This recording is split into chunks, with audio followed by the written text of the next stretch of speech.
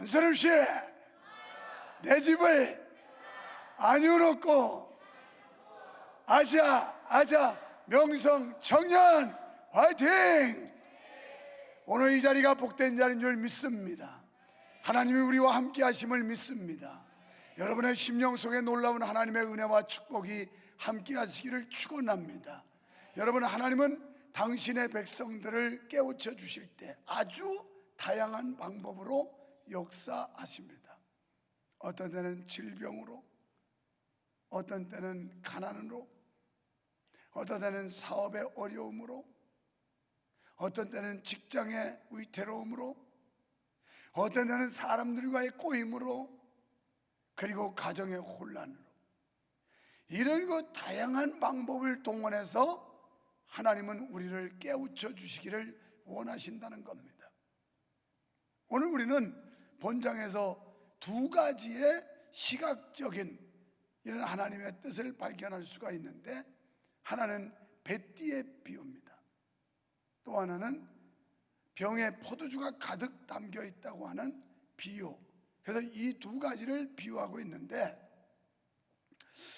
이것은 당시에 유다 백성들의 그 생활 속에 아주 밀접하게 관련된 것들입니다. 먼저 1절부터 11절까지 보면 썩은 뱃띠의 비유가 나와요. 하나님은 마음이 강팍해진 인간들을 깨우치기 위해 허리띠의 징표를 통해서 교만한 자들을 경고하고 있습니다. 본문에서 우리는 하나님의 말씀에 따른 예레미야의 예언 활동을 볼 수가 있습니다. 그것은 바로 하나님께서 예레미야에게 뱃띠를 사서 띄어라. 좀 지나니까 다시 그 뱃띠를 갖다가 유브라데스 강에 갖다 이제 묻어라. 그래서 그 말대로 유브라데스 강가에 바위 밑에다 묻었습니다. 그랬더니 다시 얼마가 지난 뒤에 그 뱃띠를 다시 가져와라. 그래서 땅을 파고 캐냈습니다. 그랬더니만 내 허리에 떼어보라. 그 사이에 여러분, 이 뱃띠는 썩어서 맬 수가 없는 지경이 되었습니다. 이 뱃띠라고 하는 것은 이스라엘 백성들 제사장과 관련된 물건입니다. 제사장이 이 모시로 된 뱃띠를 가지고 허리에 매게 되어 있었는데요, 제사장 하면 백성들을 대표하는 그런 종교 지도자였습니다. 하나님 앞에 제사를 집전하는 사람이었고, 여기서 영적으로 우리에게 말씀하는 건 하나님께서 이스라엘 백성들을 특별히 선택하사 제사장 민족으로 뽑아주셨다는 겁니다. 영적으로 보면 그렇습니다. 그 수많은 민족 가운데 이스라엘 백성을 샘플로 하나님께서 선택하신 것처럼 이 땅에 수많은 사람들이 살고 있는데, 하나님께서는 여러분과 나를 하나님의 기쁘신 뜻 가운데 하나님의 자녀로 불러주셨고, 오늘 천국을 소망하는 그리스도인으로 삼아주셨다는 겁니다. 여러분, 출애굽기 19장 5절로 6절에 보면 세계가 다 내게 속하였느니 너희가 내 말을 잘 듣고라고 합니다. 이스라엘 백성들에게 하나님의 말씀을 잘 들으라고 그랬어요. 오늘 본장에서 조금 뒤에 다루면 거기도 하나님께서 말씀을 들으라고 하지만 말을 듣지 않았다라고 말합니다. 부모님들이 여러분 자랄 때, 야, 너 말 좀 잘 들어라, 엄마 말 좀 잘 들어라, 아빠 말 잘 들어라, 고분고분하라, 순종하라, 이런 뜻이 아니었겠습니까? 하나님께서 유다 백성들에게 말 잘 들으라고 그랬는데 듣지 않았다는 거예요. 그래서 너희가 내 말을 잘 듣고 내 언약, 나와 그 약속되어진 거, 하나님의 말씀을 잘 지키면 모든 민족에게 너희는 내 소유가 되겠다. 하나님의 특별한 백성으로 하나님이 샘플로 뽑겠다라고 말씀했어요. 그리고 6절에서 하시는 말씀이 너희가 내게 대하여 제사장 나라가 되면 대표적인 나라가 된다는 거예요. 우리로 하여금 하나님께서 대표적인 인물로 세워주시겠다는 말도 되는 겁니다. 또 거룩한 백성이 되리라. 너는 이 말을 이스라엘 자손에게 전할지니라. 너만이 아니라 너의 후대까지 계속해서 자자손손이 이 하나님의 예언, 하나님의 약속, 이걸 전해주라고 말씀하셨습니다.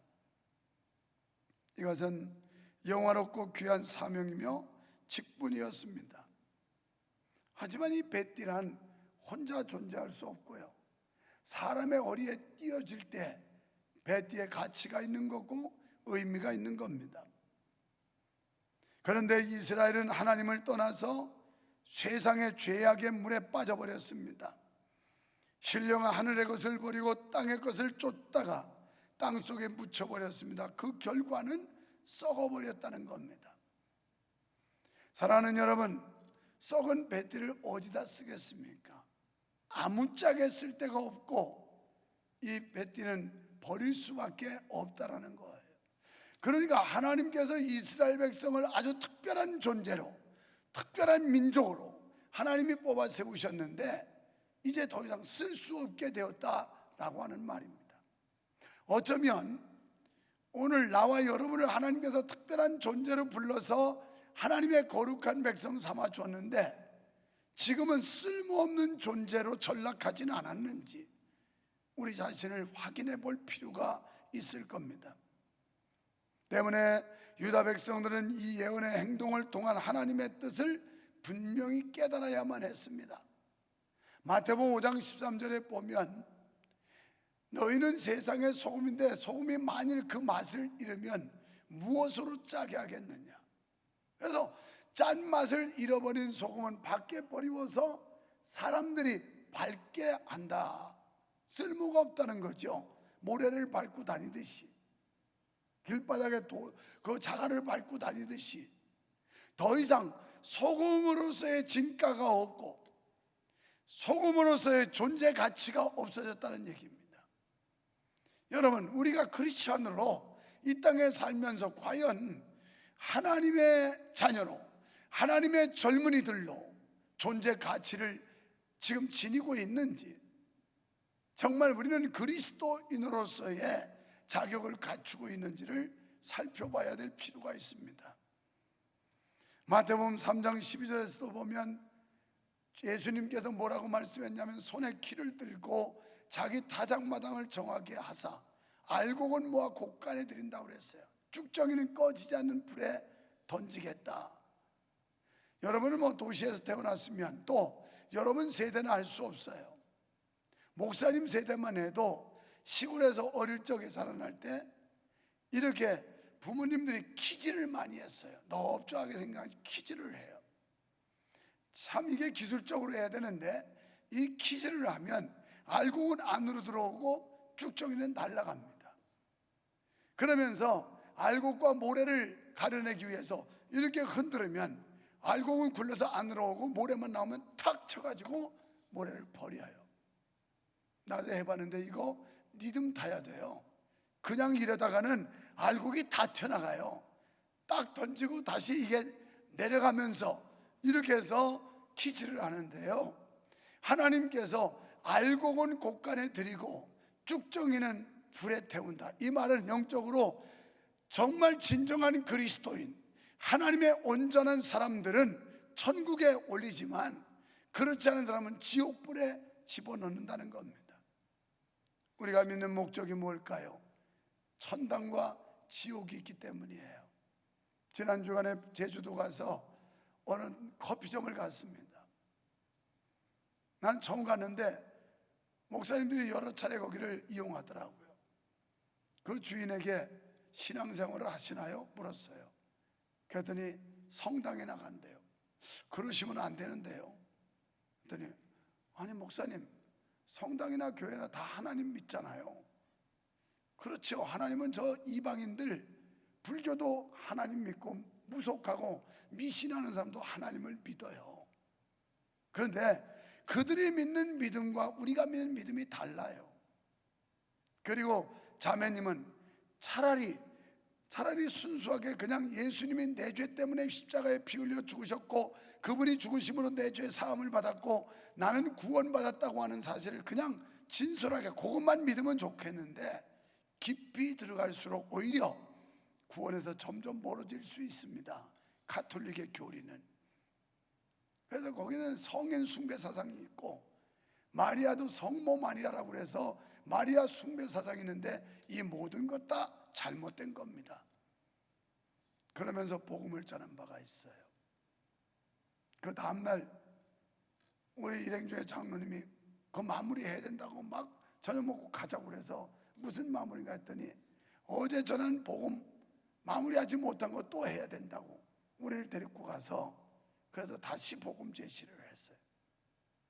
우리 종회 부총회장님도 하고 그 영접 기도를 시키고 따라하도록 하고, 그런데 막 눈물을 흘리면서 감격을 하더라고요. 그래서 어느 종교를 비판하는 게 아니라 우리가 믿는 목적은 구원입니다. 구원이 없다면 믿어야 될 이유가 없는 겁니다. 이 세상이 전부라면 우리는 예수 믿어야 될 이유가 없습니다. 그러면서 설명을 했어요. 그랬더니 귀신은 정말 있나요? 귀신을 봤나요? 또 이렇게 반문을 해요. 만약 귀신의 세계가 없다면 하나님도 없습니다. 하나님이 있음을 믿는다면 귀신의 세계도 있습니다. 그러면서 제가 여기 권선동 땅에 개척하고 참 많은 사람들, 무당들, 귀신 들린 사람들, 이 사람들 고쳤던 사건들, 그들을 통해 확인했던 귀신의 역사들, 이런 이야기를 쭉 들을 만하게 설명을 해주고 온 적이 있어요. 오늘 예수님은 말씀합니다. 알곡은 곡간에 들이지만 쭉정이는 불에 넣겠다고요. 사랑하는 성도 여러분, 사랑하는 젊은이 여러분, 우리는 알곡 신자가 되어야 할 줄 믿습니다. 알맹이 없는 교회 운명이 썩은 뱃띠와 같은 것입니다. 여러분, 우리는 여기서 사명자의 자세를 알 수가 있습니다. 1절에서 하나님은 뱃띠를 사서 허리에 동이라는 말씀을 해요. 하나님의 사명자들은 사랑의 띠, 말씀의 띠, 순종의 띠로 무장하여 열심히 충성하는 삶을 살아내야 한다는 것입니다. 그 다음에는 물에 두지 말라고 그랬습니다. 유브라데스 강가에 갖다 묻었다가 꺼내왔는데 물에 두지 말라는 거예요. 이 못이, 뱃띠는 땅속에 물 있는 곳에 묻어놓으면 썩을 수밖에 없어요. 그걸 적나라하게 아주 리얼하게 설명한다면, 요즘은 화장문화지만 옛날에는 매장문화였어요. 사람이 죽으면 이 시신을 삼배라고 하는 것으로 이렇게 감싸고 묶어가지고 땅속에 묻어요. 그러면 시간이 지나면 이 삼배가 다 썩어서 흔적도 없이 없어집니다.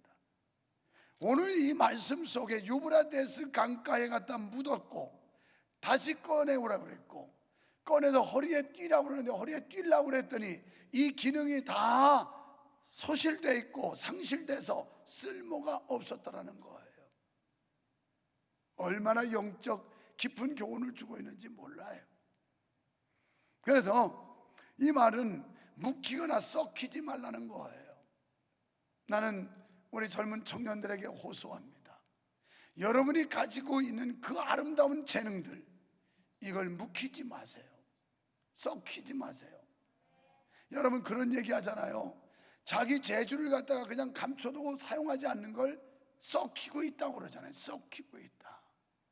바로 이 말씀은 묵히거나 썩히지 말라는 겁니다. 잘 활용하라는 겁니다.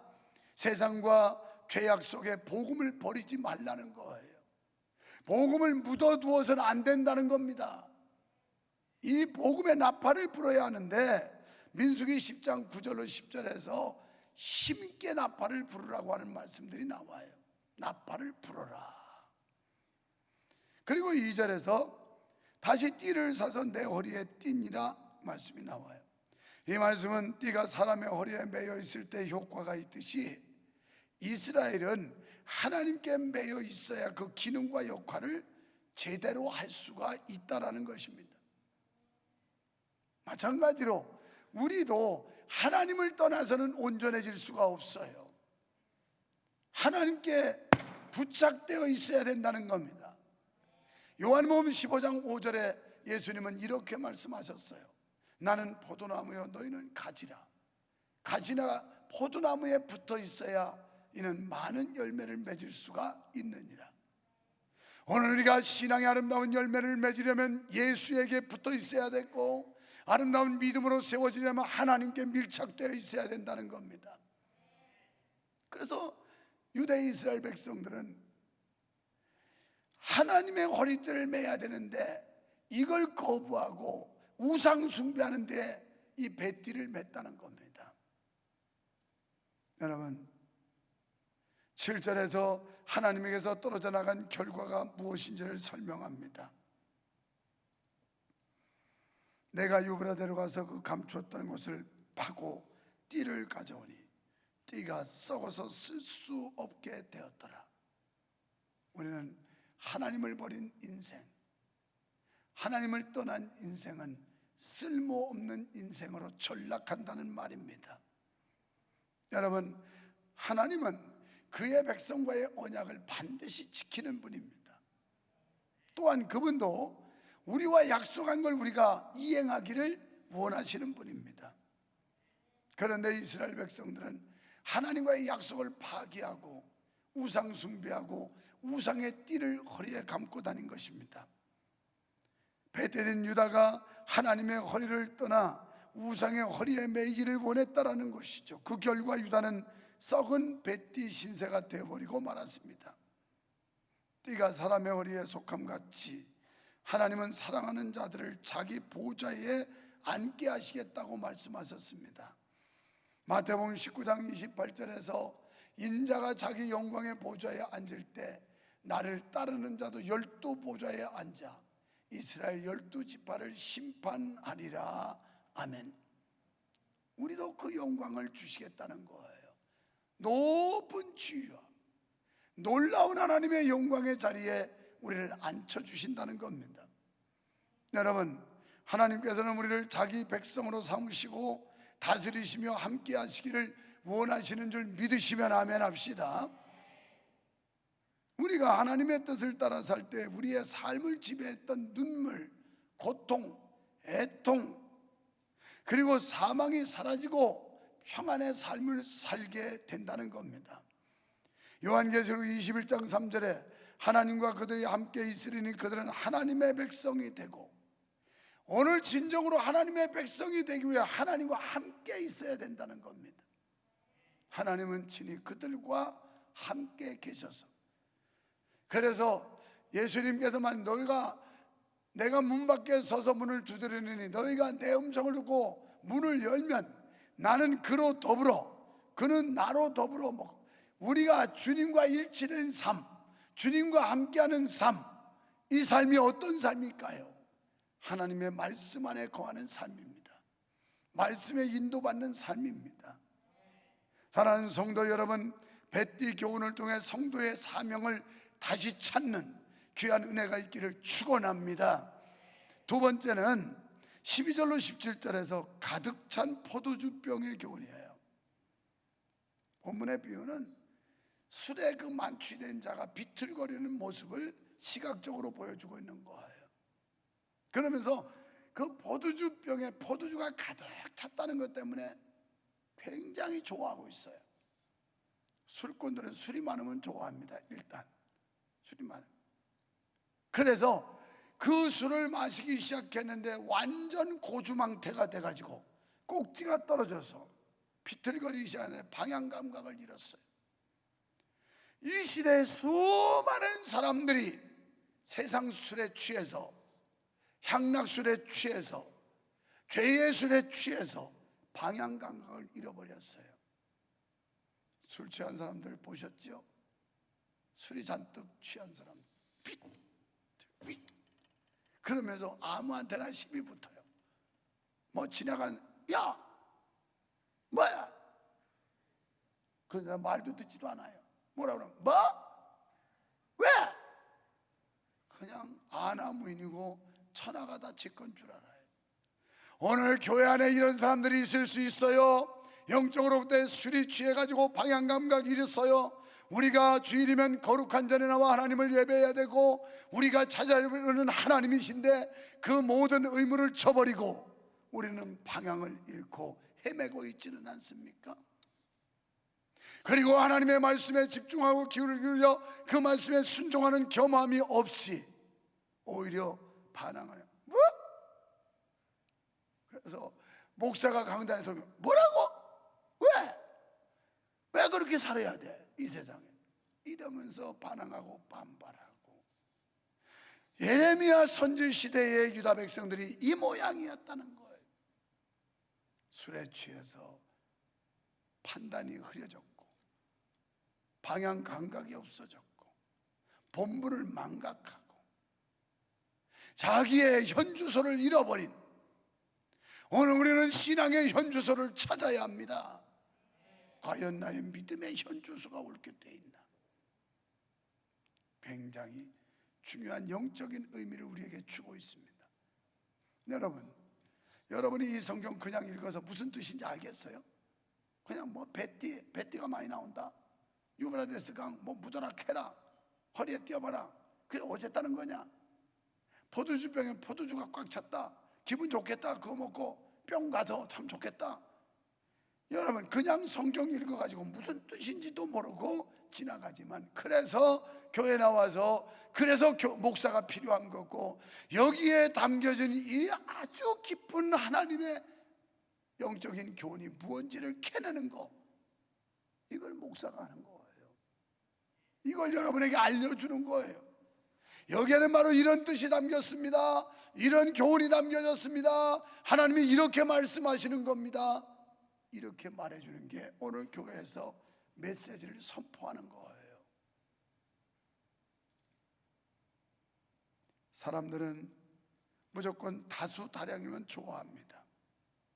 진짜 중요하게 여겨야 할 의미를 보지 못합니다. 더군다나 이 선입관이 잘못돼 놓으면, 마음에 흑심이 있으면 판단이 완전히 흐려져서 올바른 분별력을 상실합니다. 술 취한 사람들 분별력 상실하잖아요. 완전 폐륜하잖아요. 지 부모도 모르고 덤비고 막, 이게 폐륜이에요.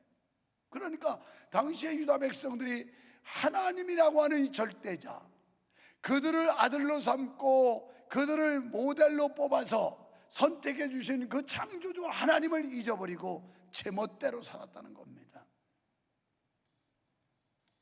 결국 교만한 자의 운명은 어떻게 될까요?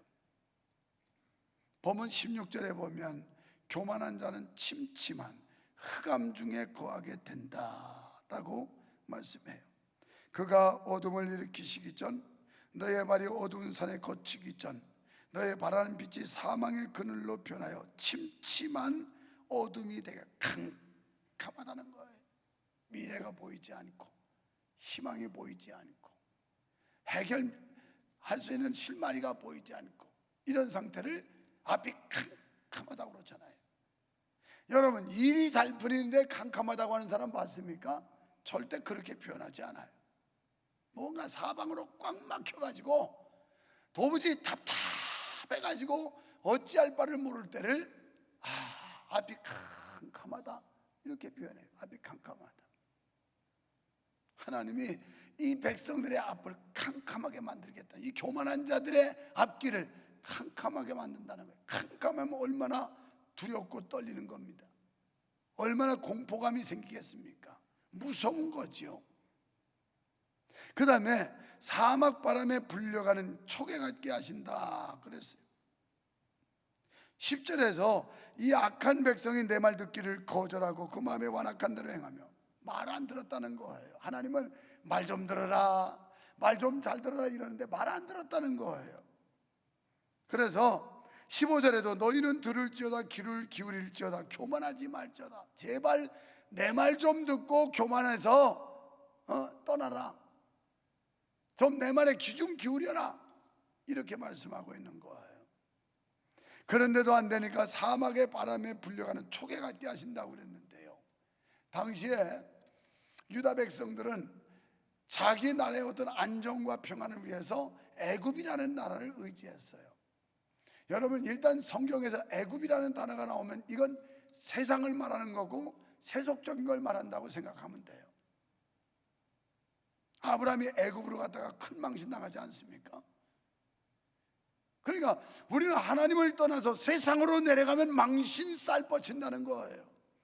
하나님을 배반하고 세상으로 가면 우리는 낭패를 겪는다는 겁니다. 앞이 캄캄한 상황들을 만나게 된다는 거예요.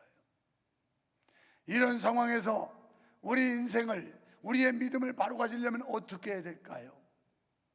말씀의 인도를 받아야 돼요. 우리 신앙의, 우리 삶의 내비게이션은 하나님의 말씀입니다. 우리가 자동차 운전할 때, 낯선 길 갈 때 내비게이션을 켜고 가잖아요. 그 안내를 받아가지 않습니까? 좌회전, 우회전, 어디 카메라 알려주는 대로.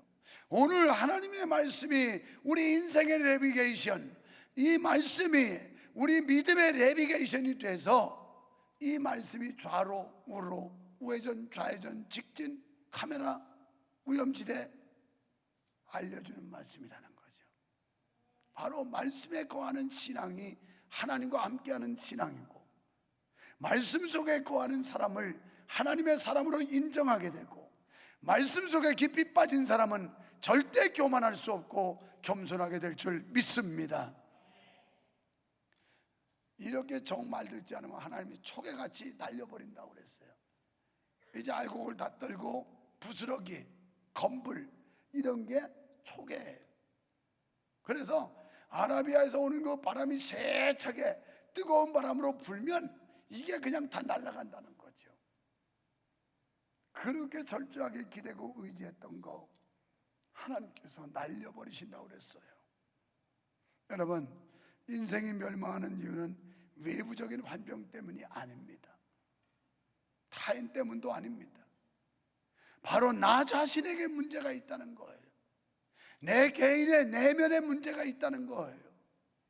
내 자신의 심령을 돌아봐야 되고, 내 안에 문제가 무엇인지를 발견하지 않는다면 근본적인 해결을 기대할 수가 없습니다. 그런데 우리는 자꾸 바깥에다가, 외부에다가 책임을 돌리려고 그래요. 나는 아닌데 저 사람 때문에, 나는 아닌데 뭐 시대가 어째서, 나는 아닌데 목사님 때문에. 우리는 우리 자신 내부에서 문제를 발견해야 됩니다. 하나님은 우리가 죄에서 돌이켜 회개하면 언제라도 우리를 뜨거운 사랑의 가슴으로 품어주시려고 기다리고 계신 분이에요. 교만을 버리고 겸손한 마음으로 주님 앞에 안기기만 하면 덥석 안아주시는 하나님의 사랑의 품, 이 품에 안길 수 있기를 축원합니다. 이제 우리는 회복해야 합니다. 코로나로 인하여 잃어버렸던 신앙을 찾아야 하고, 잃어버렸던 사명을 찾아야 되고, 잃어버렸던 본분을 다시 되찾아야 되고, 성도의 가치를 회복해야 될 줄로 믿습니다.